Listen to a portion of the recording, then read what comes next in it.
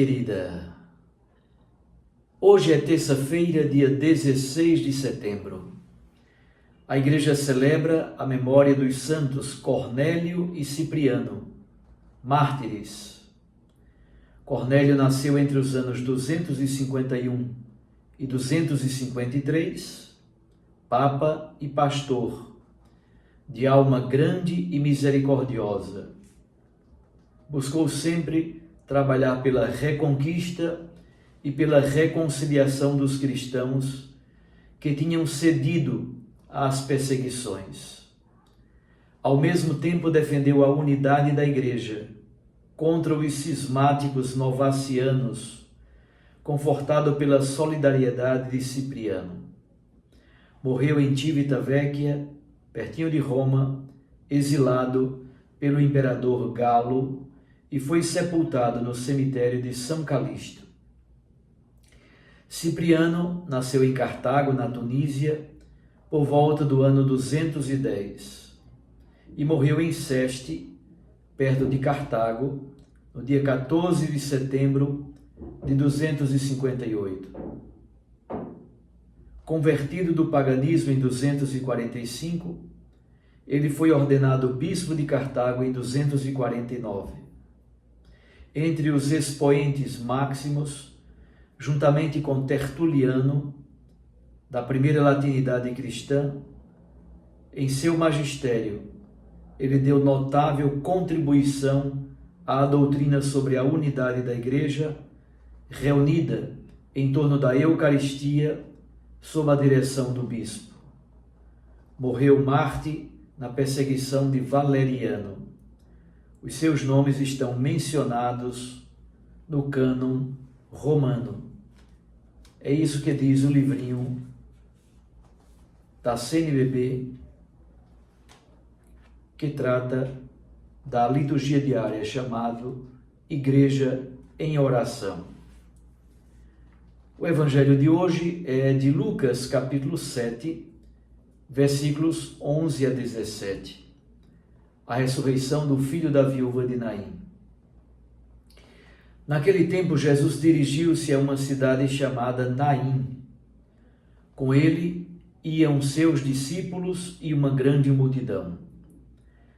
Quando chegou à porta da cidade, eis que levavam um defunto, filho único, e sua mãe era viúva. Grande multidão da cidade a acompanhava. Ao vê-la, o Senhor sentiu compaixão para com ela. Ele disse: "Não chores." Aproximou-se, tocou o caixão e os que o carregavam pararam. Então Jesus disse: "Jovem, eu te ordeno, levanta-te." O que estava morto sentou-se e começou a falar. E Jesus o entregou à sua mãe. Todos ficaram com muito medo e glorificavam a Deus, dizendo: "Um grande profeta apareceu entre nós, e Deus veio visitar o seu povo." E a notícia do fato espalhou-se pela Judeia inteira e por toda a redondeza. Palavra da salvação. Glória a vós, Senhor. Minhas irmãs, meus irmãos, nos evangelhos há a narrativa de 3 ressurreições feitas por nosso Senhor Jesus Cristo.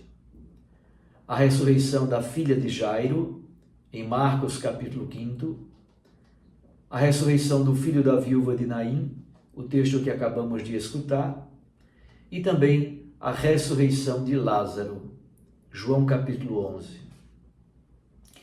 Não vamos aqui entrar no mérito de dizer o que significa de fato, historicamente, cientificamente, do ponto de vista da medicina, o que significa esta ressurreição da filha de Jairo, do filho da viúva de Naim ou do próprio Lázaro.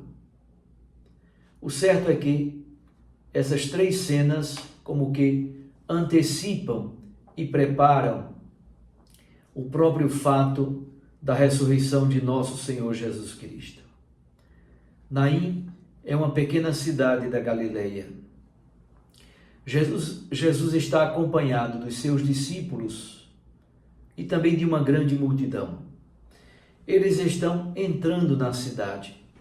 Naquele tempo, as cidades tinham uma muralha e havia algumas portas, geralmente poucas portas, para dar mais segurança à muralha da cidade.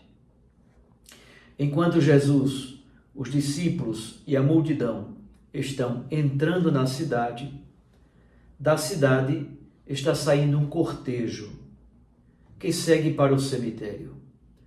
Por causa de razões de higiene, razões relativas à pureza ritual, o cemitério sempre ficava localizado fora da cidade. O defunto é um jovem, filho único de uma mulher viúva. Já sabemos qual era a situação das mulheres viúvas no tempo de Jesus. Completamente abandonadas. Ela não pertencia mais ao clã do seu marido, à família do seu marido, e também não pertencia mais ao seu próprio clã, à família da sua casa paterna. Quem pode ser segurança para aquela mulher viúva? Apenas o filho. Mas ela é mãe de um filho único e esse rapaz acabou de morrer. Portanto, aquela mulher não tem mais ninguém por ela, nenhuma esperança. O defunto, esse jovem, filho único de uma mulher viúva. Jesus a viu e sentiu compaixão dela. Essa é a primeira grande atitude de Jesus. Primeiro ele vê, percebe, conhece e se move de compaixão para com a situação daquela mulher que chora. Jesus lhe diz: não chores. Aproximou-se, tocou o caixão. E Jesus diz a mesma frase que já havia dito para a filha de Jairo: jovem, eu te ordeno, levanta-te. Este verbo no imperativo, levanta-te, é o mesmo verbo que em algumas passagens os evangelistas vão utilizar para narrar a ressurreição de Jesus.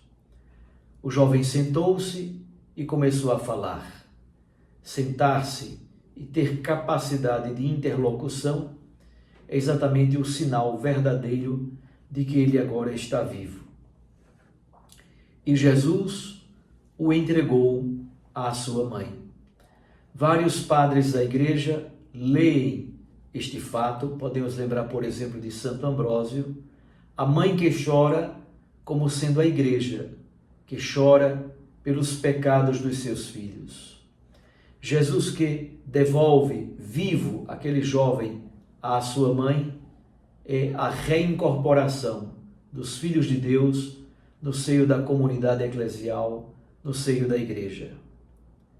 Todos ficaram com muito medo e glorificavam a Deus porque nunca haviam visto tanta coisa bonita acontecer por meio de um profeta.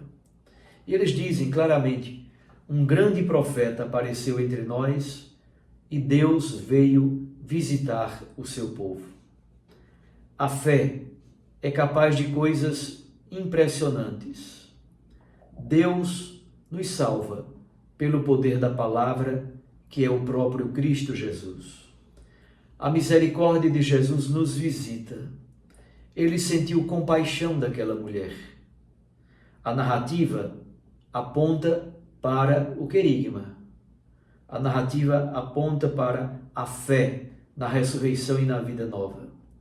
A ressurreição dos mortos é como que sinal desses tempos novos, messiânicos e escatológicos. A narrativa pretende suscitar a fé na misericórdia de Deus e na sua relação toda compassiva para com os pequeninos. A ressurreição desse jovem, como disse, é já como que uma antecipação da própria ressurreição do Senhor.